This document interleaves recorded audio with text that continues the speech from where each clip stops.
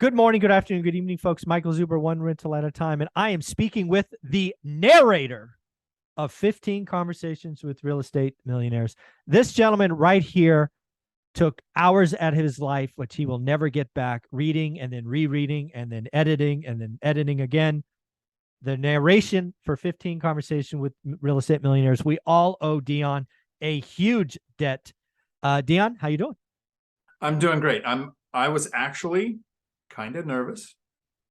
I mean, reading out loud doing a video is one thing. You get to edit out things that don't sound good or change it on my channel. Or not edit. Or stuck with whatever comes out of my mouth. Yeah. But I wasn't sure what the reactions were going to be like. So I want to say thanks to everybody who sent a positive comment saying that the narration was better than a robot voice. I appreciate that. I set the bar really low with the first Thank you for that. Thanks, guys. I appreciate that. But again, what I want to talk about here, we did a video on Graham Stephan and Meet Kevin with the Three Amigos. I wanted to dig into Meet Kevin a little bit because, again, he's in this book, right? And people may not know, if you haven't seen the book, I actually don't name the guests because of Meet Kevin, right? I've interviewed lots of amazing people, lots of big names, but I didn't want people to buy the book because the name is there. I didn't want to deal with headaches of potentially lawyers and stuff like that. But his story had to be in there, right? His story of being, working at Jamba Juice, saving his money, living with can you imagine living with your girlfriend in high school with his parents? I could not imagine that, right? Moving across country from Florida to California, saving up his money, doing a 203K loan. There are so many things in his early 20s that I just want more and more people to see. So, I know you obviously narrated the whole book, read it several times. What did you think of that? And again, it's chapter 10. So you didn't put his name. It's easily identifiable if you're familiar with his content at all. And the fact that he's been on your channel. You've talked to him on your channel. Mm-hmm. I really like, just like Graham Stephan, Meet Kevin was successful before YouTube. Yes. With repeatable methods. He often talks about the wedge deal, and it's kind of like catchy, like saying house hacking or millionaire or whatever word draws you into watching the content. I totally get that. None of my deals have been a wedge deal, but I have worked with people who've used the 203K loan. Mm-hmm. I have seen the struggles of finding a contractor who understands how that system works and getting it to work. But I think that's repeatable in any economy. You might not be able to do it in the area that you want. There might be areas where that's not happening. Mm-hmm. But like you mentioned in an earlier video, for financial freedom, it might be worth you relocating. Yeah, move. If you had to. Yeah. And there are several versions of the wedge deal that he talks about. And his verbiage, I won't try to define it because he does it on hundreds of videos. But it's the gap between what it's worth and what you pay. Yeah. With a 203K loan, it's the gap of people don't want to put in the sweat equity of doing an owner-occupied and then rehabbed property with a loan that lets you do that. So you're building the sweat equity on a property that's then worth more than what it took to put it all together. Great strategy, mm-hmm. and probably a very effective strategy for a lot of people that don't have the large down payment for an investment property, or even the larger down payment to buy a triplex or a fourplex if you're not going FHA. The amount required to go down on that can be done with his wedge deal process. I just haven't done it. Like it's a great concept, but it might not be for everybody. Yeah, no, I think wedge deals exist. I know I have personally bought some.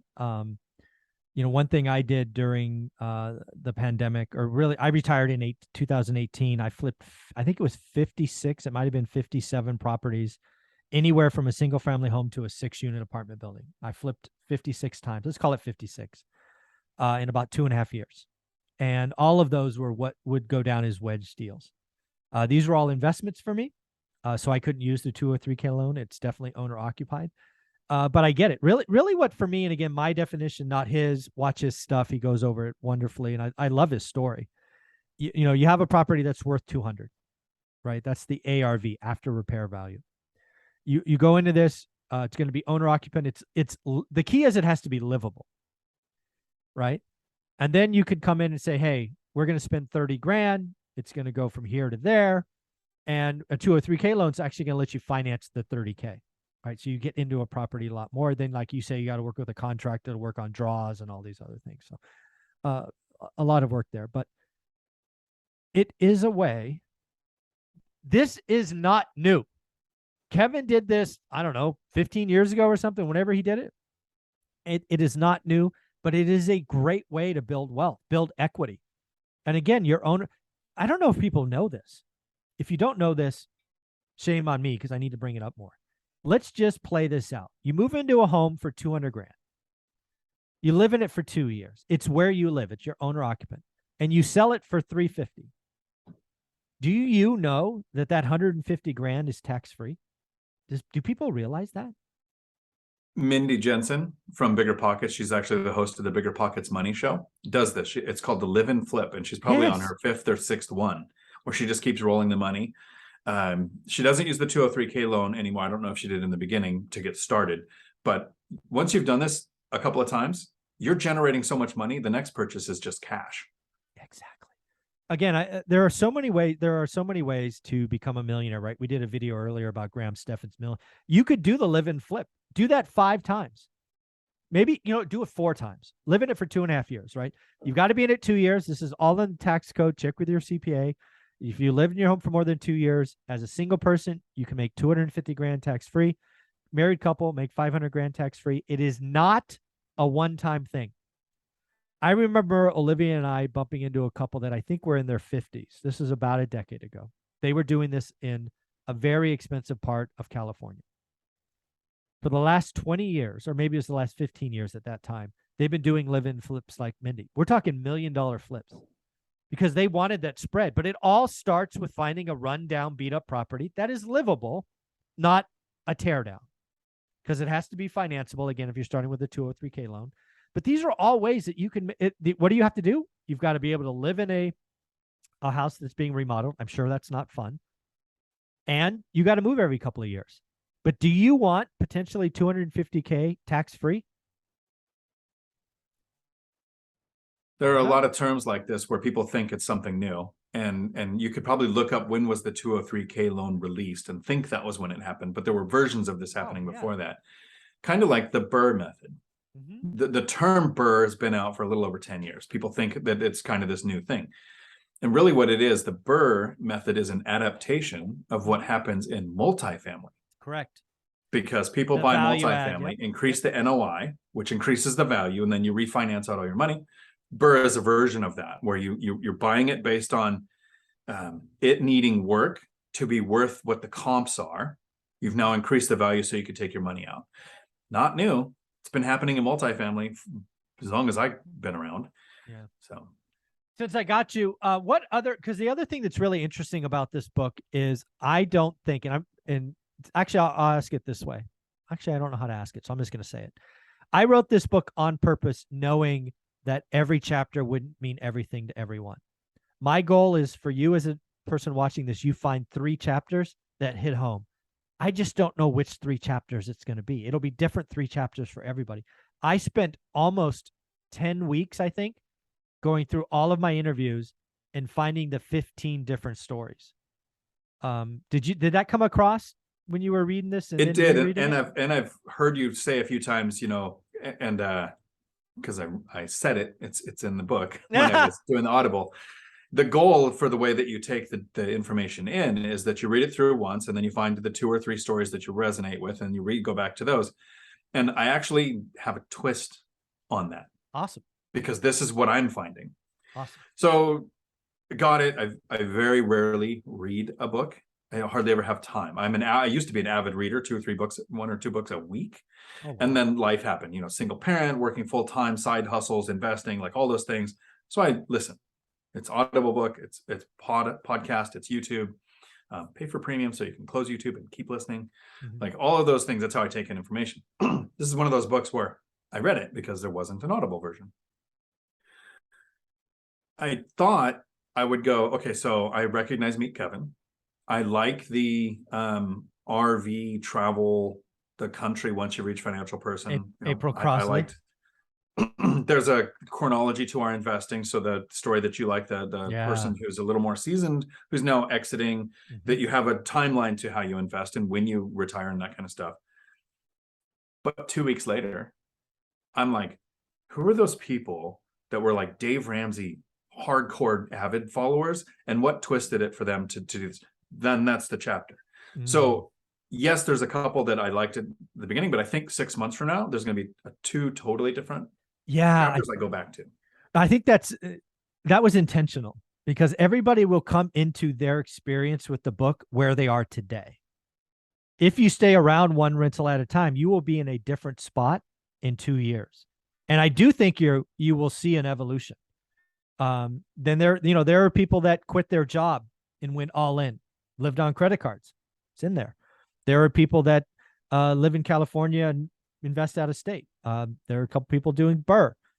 There was a lot of thought that went into the 15 stories that made it to the final edition. So I have a question. Yeah. And you don't edit your videos. No, I don't. So I should ask you off camera. No, go ahead. I don't care. Just okay. So this took probably 4 months of time, right? To put into Audible version. Yeah, probably more than that, because you tried once and then had to throw it all away. Redo it. So that wouldn't happen again. And the goal was you made this book, and then you did the Audible version with the robot voice. In fairness, I did the book. I tried to read it myself and edit myself. It's not easy. Not happening. Right. The guy that doesn't edit videos, I'm not editing audio, which I tried. Okay, right. And then yes. So I guess we'll leave this up to the people in the comments, because I don't know if I'm almost afraid to ask you, because you might say yes because you're just trying to be nice. I am not that guy. If you want, if it's possible, I will do an Audible version of this that you can replace the robot voice with. I was actually going to ask you if you could do that. Actually, if you seriously? were up to, because I didn't know it was possible. But you could swap I don't care. I don't care if it's possible. If I have to discontinue the other one, see, here's the problem. Again, I don't know how Audible works. There is a possibility that people may have to buy the book again. That's the risk, because I don't know how Audible works. So here was my concern. Okay. It's just like if we do a live on YouTube. Yeah. And I learned this the other day with Millennial Mike, because I was trying to walk him through setting it up so we could do a live together. And it recorded for 3 minutes before we realized we were live. And luckily we didn't say anything bad that we can get sued for. Yeah. Right. If he edits a live video after it's done, you lose the watch time. You lose any data that YouTube collected, right? You currently have over 1,000. I do. 5-star reviews. I do. So that's why that's the risk, is if I do this and you want to swap it out, you could lose that. Yeah, I mean, absolutely. I think all of that might happen. I don't care. I think if you are willing to put in, let's say it takes you 2 months this time, because this book is smaller, right? The other book, I'm more educated this time too. Right. But if you're willing to give one rental at a time 100 hours of your time, I'm willing to give up. I don't. Maybe we could check with Audible, and there's a title change or a second version or something. I think risk it.